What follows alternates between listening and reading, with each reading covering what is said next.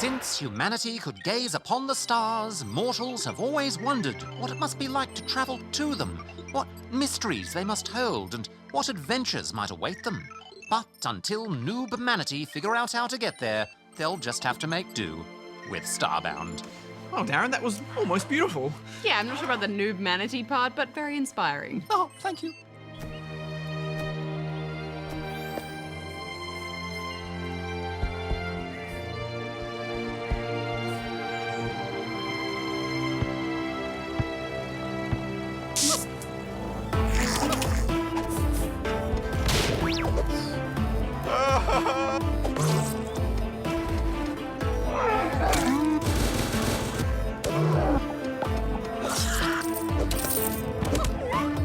Starbound is a dig-em-up brought to us by one of the creators of Terraria, and if you know that game, then you'll recognise the similarities instantly.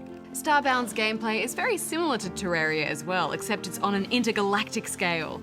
Your objective is to explore, dig, hunt, collect, build, craft, and gear up. However, this is no easy task, as the moment you land on the planet, everything is out to get you. Yes, each planet has its own variety of enemies, each with their own different attack patterns. And they surprised me a few times, guys, because even the tiniest of birds can be quite a challenge. The monster design is quite interesting, although I find their screams a bit scary. Each planet you visit mixes up the type of enemies you'll find, along with gear and minerals too. Even though the graphics appear quite simple, you can tell a lot of thought has gone into the colours and the look of the game.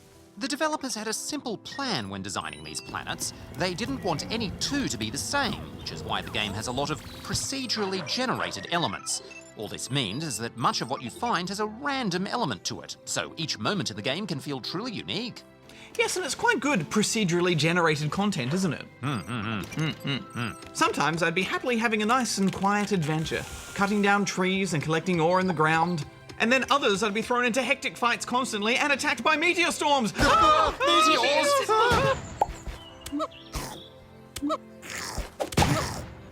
They're almost as scary as landslides.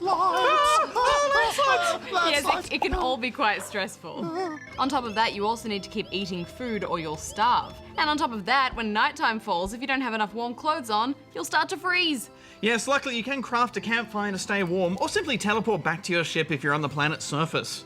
Yes, you definitely need to be prepared before going out into the world. Digging straight down with no torches or food is just a bad idea. Yes.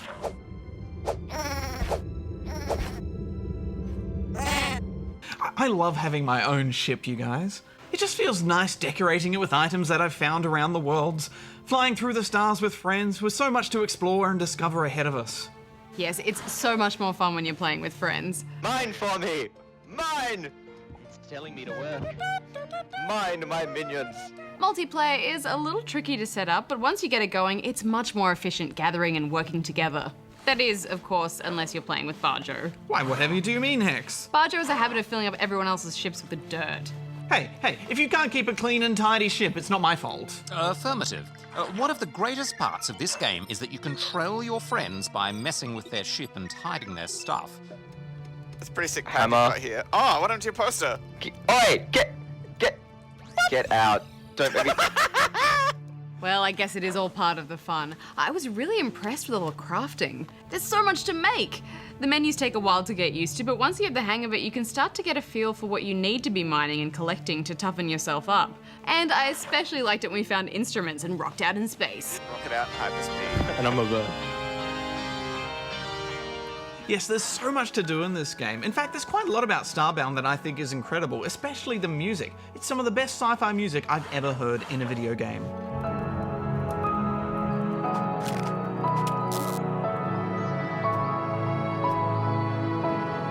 So good. All in all, I'm giving Starbound Barjo! Editorial alert! Editorial alert!